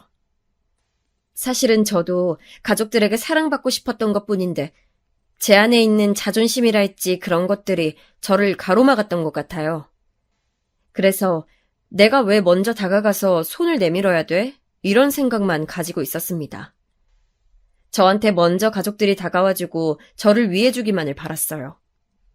하지만 사업장이 몸집을 키워가고 점점 잘 될수록 아버지는 더없이 바빠지셨으며 가정을 들여다보실 여유가 없었습니다. 그런 아버지를 챙기시고 수험생인 언니를 독려하셨던 건 엄마였고요. 저는 집안의 작은 딸, 그 이상, 그 이하도 아니었던 것만 같네요. 언니는 수능을 잘 봤어요. 당시에 저는 언니가 단지 필요 이상으로 운이 좋았다면서 매도했었습니다. 기대보다 훨씬 더 좋은 성적이 나왔고 당연히 그에 맞춰서 좋은 대학에 가게 되었으니까요. 운도 지질이 따르는 인생이라며 질투했었죠. 하지만 시간이 지나서 생각해보니 그 정도의 성적이 나오려면 애초에 언니는 열심히 했던 사람이었을 거예요. 그리고 운이 좋아서 벼락 성적을 거두고 명문대에 입학해봤자 그곳에서는 날고 기는 학생들밖에 없으니 운만으로는 승부를 보지 못했을 겁니다. 대학에 입학해서도 꾸준히 좋은 성적을 언니가 거뒀다는 것은 단지 운만 작용했다는 것이 아니라는 증거겠죠. 하지만 당시에 저는 소심하고 위축되고 눌려와 있던 것을 오로지 가족에게만 풀고 늘 가족들을 원망하던 사람이었으므로 언니가 그저 미웠었네요. 제가 수험 공부로 힘들어하던 시기에 언니는 즐거운 대학 생활을 누리고 있었기에 더욱 질투가 났었어요. 게다가 아버지께서 언니한테 그때 차를 뽑아주셨거든요. 여대생한테 첫 차로 작은 경차도 아닌 외제차라니. 그때 새삼 저희 집이 얼마나 다시 잘 살게 되었는지 체감할 수 있었습니다. 저 또한 꿈만 같은 대학 생활을 누리겠노라고 다짐했지만 수험 공부는 만만치 않았어요. 열심히 해서 모의고사 때는 좋은 결과를 냈었는데 수능에서는 죽을 썼습니다. 저는 이것 때문에 또 엄마랑 많이 싸웠고 가족들이랑 냉랭해졌었어요. 왜냐하면 저의 수능 도시락 때문이었습니다. 모처럼 엄마가 저를 위해서 도시락을 싸주셨어요. 수능날이라고 말이에요. 엄마는 메뉴에 고기를 넣어주겠다고 하셨고 저는 그때 분명히 말씀을 드렸습니다. 엄마, 나는 소고기 장조림 먹고 싶어요. 다른 반찬은 아무거나 상관없는데 고기 반찬은 무조건 소고기 장조림이었으면 좋겠어. 그래, 알았어. 우리 딸이 먹고 싶다는 대로 도시락 싸줘야지. 엄마 또한 확실히 대답을 하셨고요. 그런데 막상 저의 수능 도시락에 들어가 있던 고기 반찬은 바로 불고기였습니다. 장조림과 불고기는 완전히 다른 영역이잖아요. 조리법부터가 궤를 달리하는걸요? 그런데 웬 불고기에다가 당근이 잔뜩 들어간 계란말이, 그리고 국통에는 미역국이 담겨있는 것을 보고 제가 점심시간에 너무 화가 났어요. 저는 학창시절에 몹시 예민하고 불안도가 높은 사람이었기 때문에 단지 그 사실을 마주한 것만으로도 정신적으로 흔들리게 됐고 오후 시험에서 당최 집중을 할 수가 없었습니다. 그래서 저는 제가 수능을 망친 탓을 엄마에게로 돌렸어요. 어째서 제가 원하는 메뉴를 해주지 않았는지, 그리고 제가 당근을 싫어해서 오죽하면 카레를 먹으려고 들지 않는다는 사실을 잘 아는 분이 어째서 당근이 잔뜩 들어간 계란말이를 해주셨는지 도저히 이해할 수가 없었습니다. 게다가 미역국이요? 미끄럽다고 해서 미신적으로는 중요한 시험날에 먹지 않는 메뉴잖아요. 저는 원래 그런 거 신경 안 쓰긴 합니다만 불고기랑 계란말이도 마음에 안 드는 판국에 미역국까지 더해지니까 진짜 너무 화가 나서 미칠 지경이었습니다. 저는 엄마와 썰전을 벌였고 그런 도중에 충격적인 사실을 듣게 됐어요. 내일이 네 동생 생일이잖아. 엄마, 갑자기 수민이 얘기는 왜 꺼내시는 건데요? 제 동생 생일인 거랑 도시락이랑 무슨 상관이 있어서요? 짜증스럽게 되묻던 저는 금세 스스로 답을 깨닫고는 충격을 받았던 거예요. 동생의 생일이라서 미역국을 끓이셨고 동생이 가장 좋아했던 음식인 불고기를 그래서 하셨으며 동생이 편식이 심한 아이였었는데 당근을 잘게 썰어서 계란말이에 넣어주면 잘 먹었던 모습 때문에 엄마가 제 수능 도시락을 그렇게 싸신 거라는 것을 깨닫고 나서 너무나도 큰 마음의 상처를 입었습니다. 그래서 엄마를 향해 온갖 모진 말을 뱉었었죠. 뭐라고 했었는지 정확히 기억도 안 나요. 울며 불며 난리를 치면서 엄마한테 소리를 지르고 발광을 했었거든요. 사태를 알게 되신 아버지께서는 우선 저의 편을 드셨지만 제가 재수를 하고 싶다는 걸 단칼에 거절하신 걸로 봐선 제가 잘못했다고 여기시는 것 같았습니다. 언니는 저한테 철이 없어도 그렇게 없을 수가 있냐면서 비난을 퍼부었고요. 저는 집에서 왕따인 것 같았어요. 가장 분한 사실은 내가 능력이 없어서 내 힘으로 재수를 하고 내 힘으로 새로 대학을 갈 엄두가 안 난다는 거야. 저는 성적에 맞춘 대학에 들어갔어요. 언니보다 훨씬 떨어지는 곳에 갔다는 것 때문에 저는 우울했습니다. 엄마와 사이가 틀어져서 대면대면해진 것도 속상했고요. 여기서 또 혼자 서글펐던 것은 대학교 근처에서 자취를 했는데 이 비용을 전부 마련해 준 것이 아버지셨다는 사실입니다. 저는 입만 살아서 짓거릴 줄만 알았지 제 스스로의 능력은 쥐뿔도 없는 사람이었어요. 그 생각만 하면 자괴감이 저를 덮쳐왔습니다. 집안에 돈이 있기 때문에 저는 학자금 대출을 받지 않아도 됐고 시간을 쪼개가며 아르바이트를 하지 않아도 생활비가 충분했죠. 결국은 집안의 도움 없이는 홀로 설 수 없는 존재라는 사실이 저를 작아지게 만들었어요.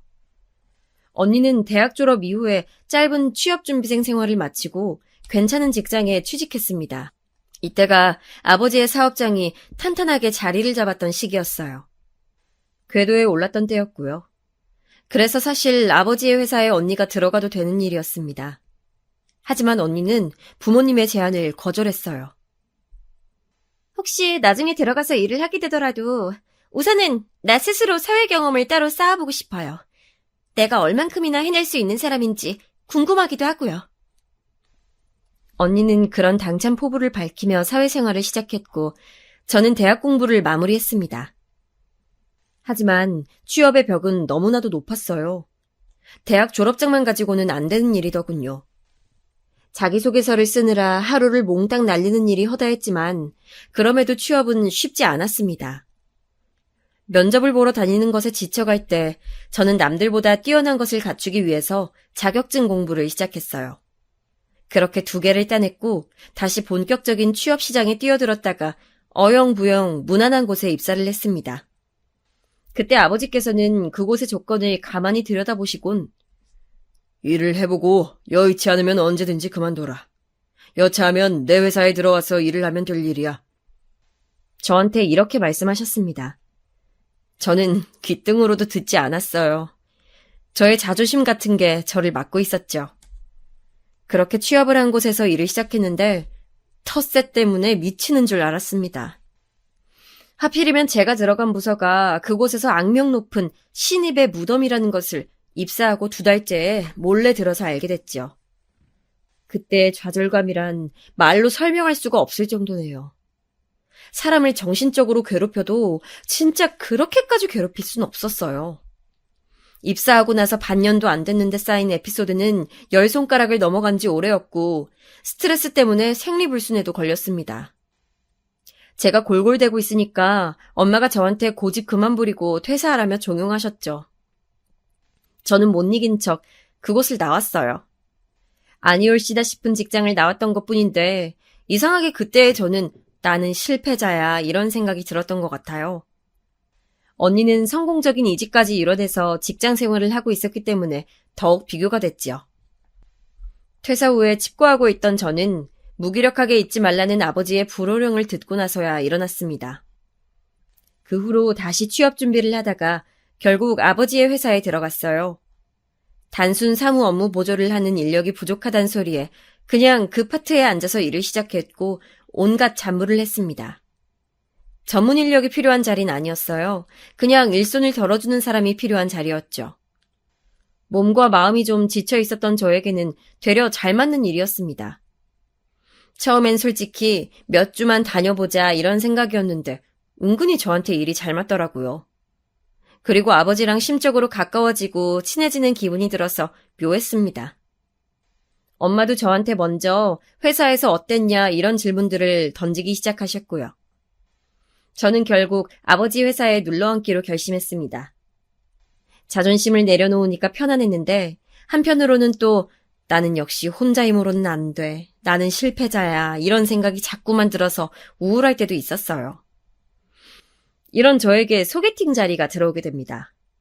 텃세에 밀려서 힘들어했던 전 직장에서 그나마 친하게 지냈던 사람이 한 명 있었는데 그 사람이 저한테 남자를 소개시켜주고 싶다고 연락을 해와서 고민하다가 받아들였습니다. 만나보니까 나쁘지 않아서 인연을 이어갔고요. 그런데 1년 정도 만났을 때 그 남자가 술김에 한 말 때문에 저는 이별을 선언했습니다. 술김을 빌어서 한 그 남자의 진심은 이거였어요.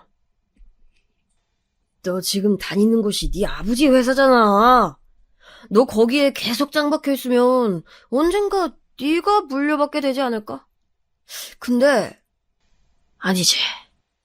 너는 대학 간판도 딸리고 머리도 딸리니까 실질적으로 주인이 되는 건 바로 나지. 너는 그때 내 옆에서 보조나 하면 돼. 지금처럼 보조 업무나 하란 말이야. 하여간에 내가 너 배경 보고서 만나는 거 아니면 진짜 쫙 넣어차버렸다. 술에 취해서는 주절주절 거리는데 면상을 한 대 주먹으로 갈겨버리고 싶은 걸 간신히 참았습니다. 이를 크게 만들고 싶진 않아서요. 대신에 그 장면을 동영상으로 찍어놨고 그 덕분에 그 남자가 저한테 질척거리며 매달리는 일 없게끔 깔끔하게 헤어질 수 있었어요. 근 1년을 만났던 남자였기에 너무 상처가 컸습니다. 사실 저는 대학 다닐 때도 잠깐 사귀었던 남자친구로부터 그런 식의 얘기를 들어본 적이 있었거든요. 저의 매력은 바로 저의 배경이라는 소리였죠. 회사를 경영하시는 아버지를 두지 않았다면 저는 그저 그런 대학을 나와 취업시장을 전전하는 매력없는 여자 한 명이었을 거라는 생각 때문에 저는 너무나 속이 상했습니다. 안 그래도 그런 생각을 가지고 있던 저에게 그 남자는 아주 쐐기를 박은 셈이었죠. 그 후로는 남자 만나는 게 두려웠어요. 누구 소개를 시켜줘서 만나게 되더라도 저는 저희 집 얘기를 일절 하지 않았습니다. 배경에 좌지우지되는 평가가 끔찍하게 싫었거든요. 이것은 어렸을 때부터 제 안에서 축적되어 온 사고방식이었을 거예요. 그렇게 지내던 어느 날 저는 알고 지냈던 대학 선배 언니를 통해서 새로 남자친구를 소개받았습니다. 그 선배 언니는 제가 경제적 어려움 없이 대학을 다니고 있다는 것 정도로만 알았던 사람이었기에 당연히 소개받게 된 남자친구도 역시 저희 집 배경을 몰랐어요. 그냥 어려움 없는 집안이라는 것 정도로만 알았죠. 저는 남자친구가 평범한 인상이나 평범한 직업군을 가진 것만큼 성격 또한 특색 없고 평범한 것이 너무나도 좋았습니다. 혹자는 이런 사람을 보고 개성 없다고 할지도 모를 일이었지만 저는 오히려 좋았어요. 그런 평범하고 무난함의 극치를 달리는 사람이야말로 저의 이상형이었습니다. 둘 다 20대 후반의 나이였고 각자 직장도 있어서 그런지 만나다 보니까 자연스레 결혼을 생각하게 됐어요. 제가 그런 이야기를 먼저 꺼냈을 때 남자친구는 생각이 많은 얼굴이었는데 며칠 후에 저한테 정식으로 청혼을 했죠.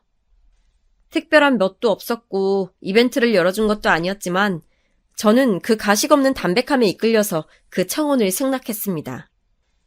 어쩌다 보니까 제가 예비시댁에 먼저 인사를 가게 됐어요.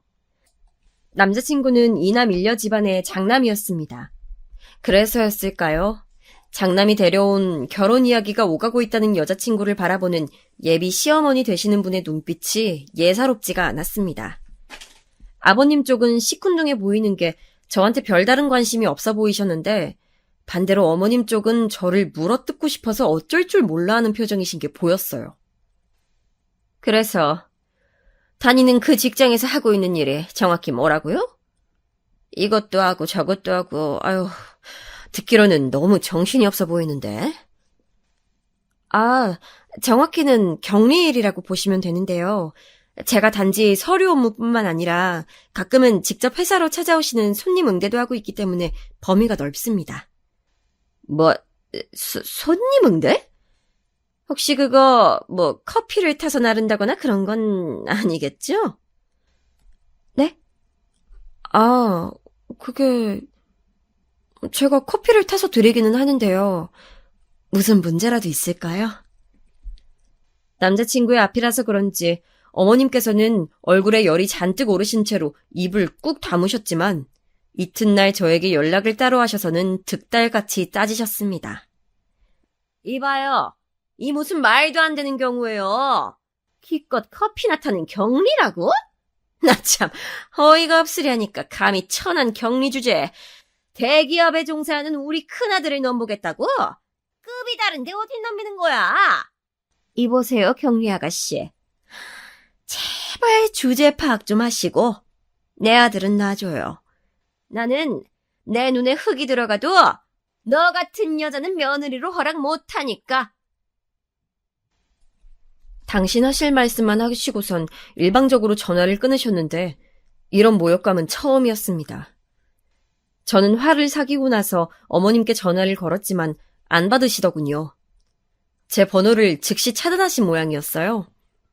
거기에서 또 한 번 수치심이 들었죠. 남자친구에게 이런 얘기를 다 했어요. 그랬더니 무척 난감한 얼굴로 저한테 결혼은 어차피 우리 둘이서 하는 거잖아.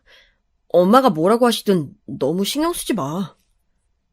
이렇게 얘기를 해주더군요. 그런데 적극적으로 뭔가 해결을 하려는 뉘앙스가 전혀 아니라서 제가 좀 당황했습니다.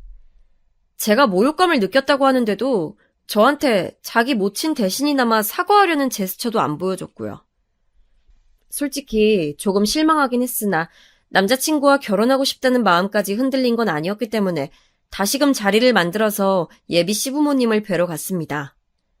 식당에서 밥 먹는 자리였는데 생각보다 분위기는 좋았어요. 별다른 얘기도 오가지 않았고요. 그래서 저는 앞으로의 진행이 원활할 것이라고 제멋대로 착각을 했는데 갑자기 식사가 맞춰갈 무렵 어머니께서 여자끼리 따로 커피라도 한잔할까? 내가 맛있는 커피 한 턱 쏠 수 있는데. 저한테 이렇게 말씀하시는 건 아니겠어요. 뭔가 심상치 않았습니다. 저는 왠지 이 순간을 피하고 싶어서 남자친구를 쳐다봤는데 제 시선을 피하더군요. 좀 황당했어요. 그제서야 얘는 마마보이구나 라는 사실을 깨달았죠. 자기 모친 말이면 꼼짝 못하는 모양이었습니다.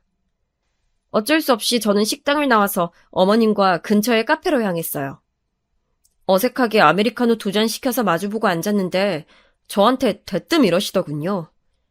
너 아까 우리 아들이 밥값 계산했는데도 고맙다거나 잘 먹었다는 말 한마디를 안 하더라? 네? 저희는 서로가 워낙 번갈아가면서 계산을 하는지라. 시끄러! 나는 너처럼 남한테 기생하며 사는 애들을 아주 잘 알아보거든. 그래서 내가 너 마음에 안 드는 거야. 우리 잘난 아들한테 붙어서 피 빨아먹을 작정이지. 직장에서 커피나 타고 서류나 좀 들여다보는 게 전부인 경리면서 밖에서는 이런 커피도 줄창 사 마실 테고 말이야. 안 그러니? 너 딱 보니까 허영심 있어 보여. 관상이 그래. 어머님께서 지금 저한테 무슨 말씀을 하고자 하시는지는 알겠는데요. 너무 노골적으로 그러시니까 제가 기분이 좀 별로네요. 어머, 얘 말하는 꼬라지 좀 봐. 네가 기분이 별로면 뭐 어쩔 건데. 나한테 지금 그따위 눈을 불하려대는 거야? 너 보통 내기가 아니구나. 그러니까 대기업 다니는 우리 잘난 아들을 꼬여냈겠지. 그런 능력 하나는 아주 좋네. 지금 다니는 거기는 또 대체 어떻게 들어갔니? 면접에서 커피 잘 타는 시범이라도 보였었나 봐. 어머님께서 피식 웃으시면서 말씀하시는데 그때 제 이성의 끈이 툭 끊겨버렸습니다. 남자친구랑 결혼하겠다 어쩐다 했던 마음도 그때 다 날아가 버렸어요. 이제 보니까 식사 도중에 어머님께서 몇 번 저를 얕잡아보는 언행을 하셨지만 남자친구는 그걸 막아주지 않았었거든요. 제 생각보다 아주 별로인 놈이라는 판단이 확 들었습니다. 저는 얄밉게 커피를 호로록 마시고 계신 어머님께 말씀드렸어요. 아니요, 저 면접 안 봤는데요. 그럴 필요가 없었거든요. 면접도 안 봤단 말이야? 어우, 세상에. 얼마나 별거 아닌 자리였으면 그런 것도 없이 서류만 보고 사람을 쓴다니. 아유. 서류를 내긴 했지만 전혀 상관이 없었어요. 저는 어쨌거나 무조건 합격인 입장이었으니까요. 뭐? 무조건 합격? 그게 대관절 뭔 소리야? 그 회사 대표님이 바로 저희 아버지세요. 저희 아버지 회사에 다니고 있는 거라서요. 저의 엄청난 발언에 깜짝 놀라신 어머님이 손을 떠시는 바람에 커피가 흘러넘쳤어요. 손에 뜨거운 커피가 떨어지자 어머님께서는 비명을 지르시며 자리에서 일어나셨죠. 저는 그 호들갑스러운 광경을 무심한 눈빛으로 쳐다봤습니다. 어머님께서는 당황하신 얼굴로 대인 손을 움켜쥐신 채로 저한테 물어보셨죠. 우리 아들은 그런 말 안 하던데? 그렇겠죠. 제가 말을 안 했으니까요. 굳이 미리 밝힐 필요가 없어서 그랬어요.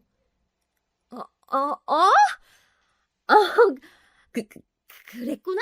아이고, 그렇게 된 거였어? 어머나. 갑자기 어머님께서는 전에 없던 해사한 미소를 지으시면서 조심스레 다시 자리에 앉으셨습니다. 저는 그 변화를 싸늘하게 쳐다보고 있었죠. 어머님께서는 모르셨겠지만 저는 지난 세월 많은 감정의 변화를 겪으면서 돈 앞에서 사람이 달라진다는 것을 별로 좋아하는 사람이 아니었습니다. 응당 그럴 수밖에 없다는 것을 분명 알고 있었지만 제 속이 뒤집어지는 건 어쩔 수 없었죠. 가족회사였다면 그렇다고 진작 말을 하지. 아유, 회사에 찾아오는 손님 응대뿐만 아니라 각종 서류 업무도 도맡아서 하고, 아유, 알고 보니까 참된 일꾼이 여기 있었네. 아이고. 특히나 어머님처럼 수치도 모르고 손바닥 뒤집듯 태세를 바꾸는 사람은 가장 싫었습니다. 저는 다음 이어진 어머님의 말씀에 저도 모르게 코웃음을 치고 말았어요.